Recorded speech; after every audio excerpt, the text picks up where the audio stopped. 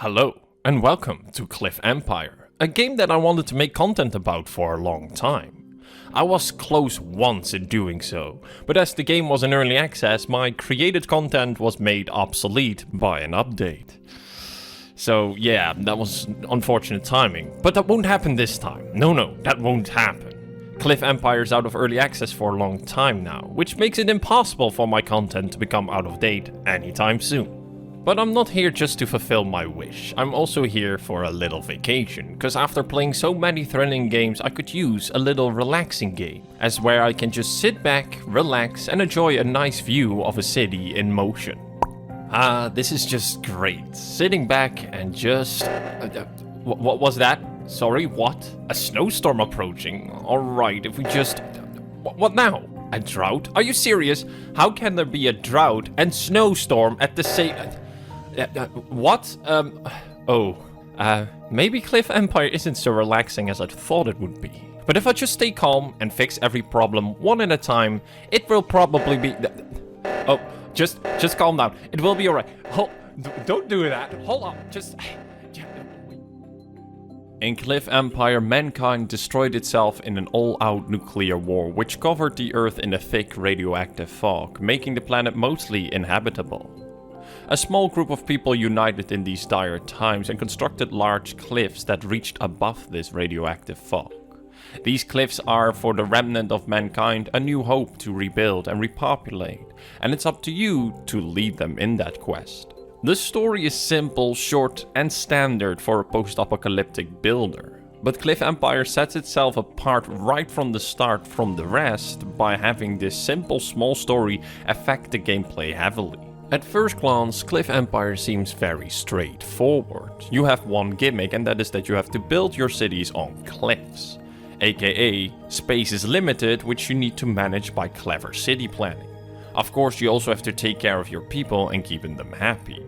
But that is just the tip of the iceberg, or, well, Cliff, cause, you know, Cliff Empire. First off, you have the basics that every build and management game has. People want things, in fact, a lot of things. The obvious ones are, of course, food and water, as these are essential for survival, and if you do not supply them, your people will get angry and leave your empire. But once these needs are covered, your job isn't done. From that point, you can avert your attention to the secondary needs. As the name applies, these needs aren't a must, but if supplied, will make everyone very happy. I mean, let's be honest, you survived a nuclear war, spent a lot of time in cryosleep, and the first thing you want when waking up from your cryosleep is food and water. But after that, you of course want a new IKEA Besta and the newest iPhone. I mean, that's just logical. The needs bar at the bottom of the screen felt a bit overwhelming at first, and the tutorial does a poor job explaining not how it works, but how to look at it. My first instinct was to fulfill everything as fast as possible, but honestly, you don't have to do that. The cliffs you are given to build on might not permit such an approach. You can plop down countless of factories to try and fulfill all the needs, but that requires other resources while at the same time uses up other, more precious resources. Factories, for example, need power, and power must be generated via buildings. If your cliff has terrible stats for power generation, you need a lot of buildings just to power a couple of factories, which just uses a lot of space. Factories themselves require a steady flow of resources as well to make their products, and not all cliffs are suitable for profitable mining. And on top of all that, Earth is already kinda dead, and there is only a limited space left that is habitable, so you can ask yourself if it's wise to ruin and pollute that limited space just for an iPhone. This is where Cliff Empire's balancing puzzle starts to unfold. You must find the most efficient and balanced way to construct your cities in limited spaces. They must fulfill the needs of its people as much as possible, but you also need to make a profit, trade with other cities, maintain a healthy environment, and so on. And again, the space is very limited. It might not seem like that, especially at the start, but building just one new structure can and will have impact on many different things in long and short terms. But that is what makes Cliff Empire so much fun. It's a large balancing puzzle that becomes more difficult by chain reactions of your choices. It's just unfortunate that the tutorial does such a poor job and injustice to this balancing puzzle. It doesn't tell you or warn you about this or teaches you how to look at this overall puzzle. It tells you the controls and what to build, but not why or what it really does or mean, which in my opinion is not much of a tutorial. But personally, I don't mind having a bad or no tutorial. I enjoy figuring it all out by myself, fail a couple of times before nailing it. Cliff Empire punish you harder than normal build games if you messed up, and it feels especially harsh the first few times.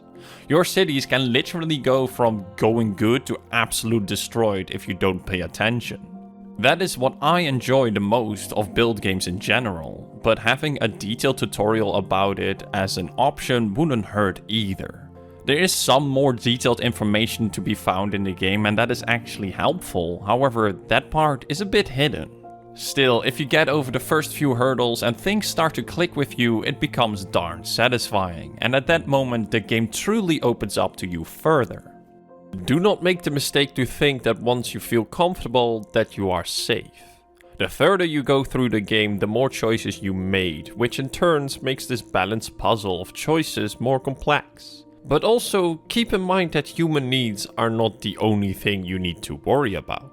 Earth has become unstable and damaged by the nuclear war. This makes weather unpredictable and more extreme. Fog, heat waves, thunder and snowstorms are all very common. Many of these events last for days and can bring your empire to its knees. Heat waves causes water consumption to spike and increase the risks of fire, while thunderstorms can shoot down your drones from the sky.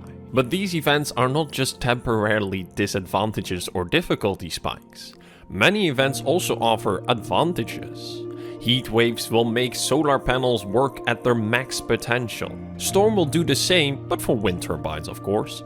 And rain will keep your crops' fields watered and increase the ground fertilization.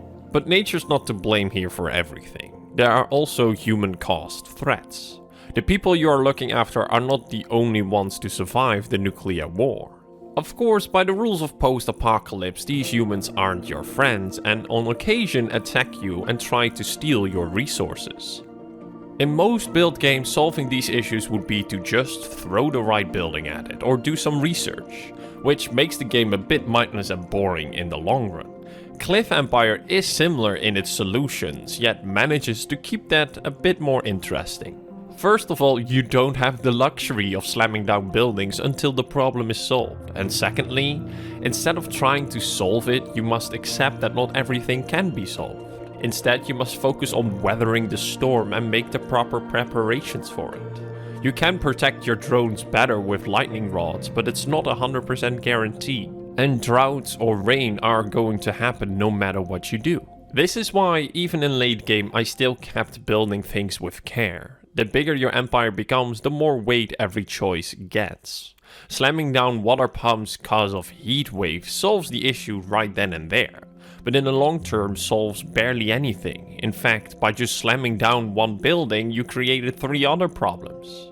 In the end, problems are unavoidable and the game makes sure that you run into them no matter what choice you make, be it through these natural disasters or just by progressing through the game normally.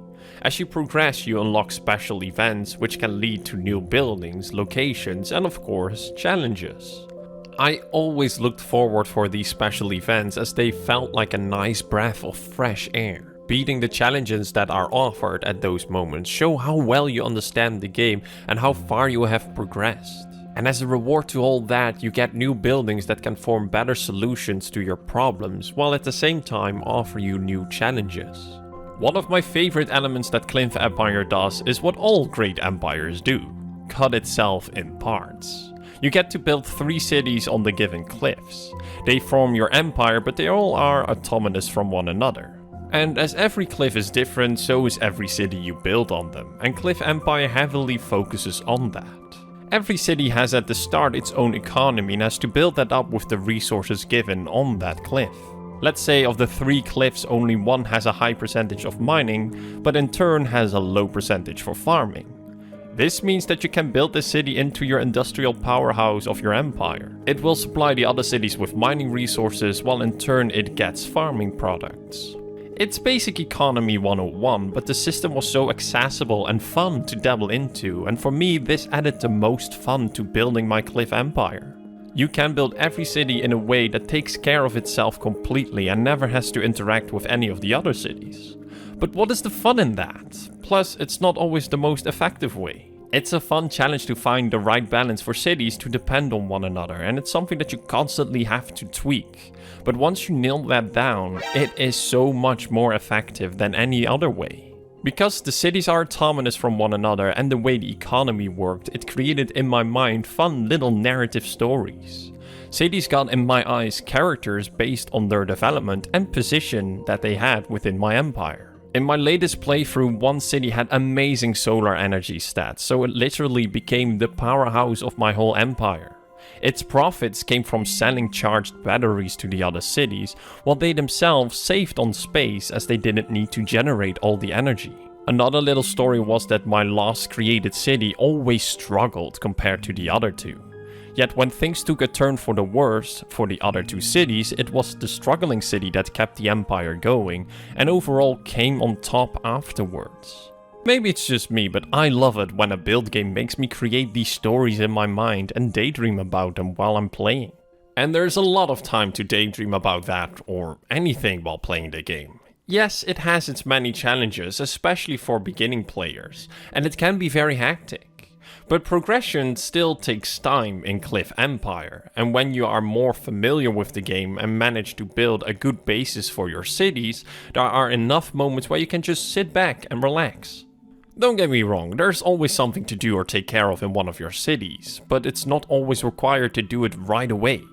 I regularly just sit back in my chair and enjoy watching the daily life of my empire fly by.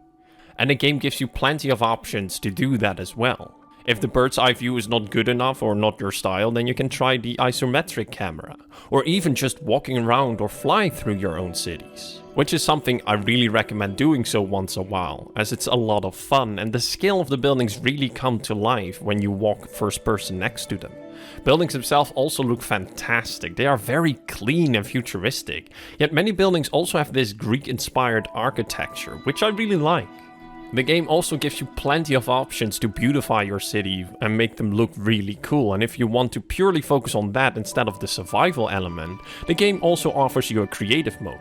Though you can even choose to make your playthrough more interesting and challenging to set a certain creative rules for yourself in the normal mode. At the start you are offered many options to tweak your playthrough, and if the game is too difficult you can choose to make it easier one way or another.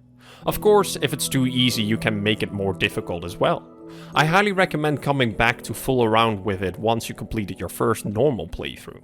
Though a first playthrough can take a while. I like to get the basics right and then just relax and enjoy myself, so my playthroughs in Cliff Empire easily take 25 plus hours. But it can easily be longer if you keep on playing after the end goal. Thankfully the game does have a worthy end goal that you want to work towards. Not only does it give you a nice small conclusion to the story premise that has been set up at the start, but ultimately achieving the final goal just feels so satisfying, as you overcame all challenges and struggles that the game has to offer. Cliff Empire is a darn nice game. It's challenging at times, it even forces you into different directions just to keep the gameplay interesting, but still, despite all the hectic things that can happen, it's very relaxing. I could complain about how straightforward the law system is, or why there's no politics system with the other factions on Earth, or that the game unfortunately isn't longer and doesn't offer you even more places to build. But that would feel like nitpicking at this point. The game offers already so much, and at some point it's also good to say that this is enough. More content could actually work counterproductive and ruin the nice, relaxing yet challenging balance puzzle that the game has to offer. When I start playing this game, I know for a fact that I will neglect all my responsibilities and won't do anything else for that day. It's so much fun and becomes really satisfying the longer you play it. You start off with an empty empire and slowly changes it to a thriving one. You face many challenges and overcoming them is rewarding and ultimately leads to a nice conclusion. Do I recommend this game? Well, obviously yes. If you are a fan of build and management games, then this game is one you want to dive into. There are a few things to keep in mind. The start can be rough as the tutorial doesn't offer enough information about the basics. Challenges will feel harsh and mistakes will feel unforgiving. Yet once you get past that and understand the basics, there's only a fun time ahead. And while the game can be hectic and challenging at times, there are enough moments where you can just sit back, relax, and let the beauty of the game take you away. Speaking of, that is exactly what I will do now. I solved all the problems of my empire, mankind's future is secured, and my review is concluded. So, thank you very much for watching. If you liked this video or it was useful to you, leave a like and consider subscribing. And with that all being said, I wish you a good day, and until next time.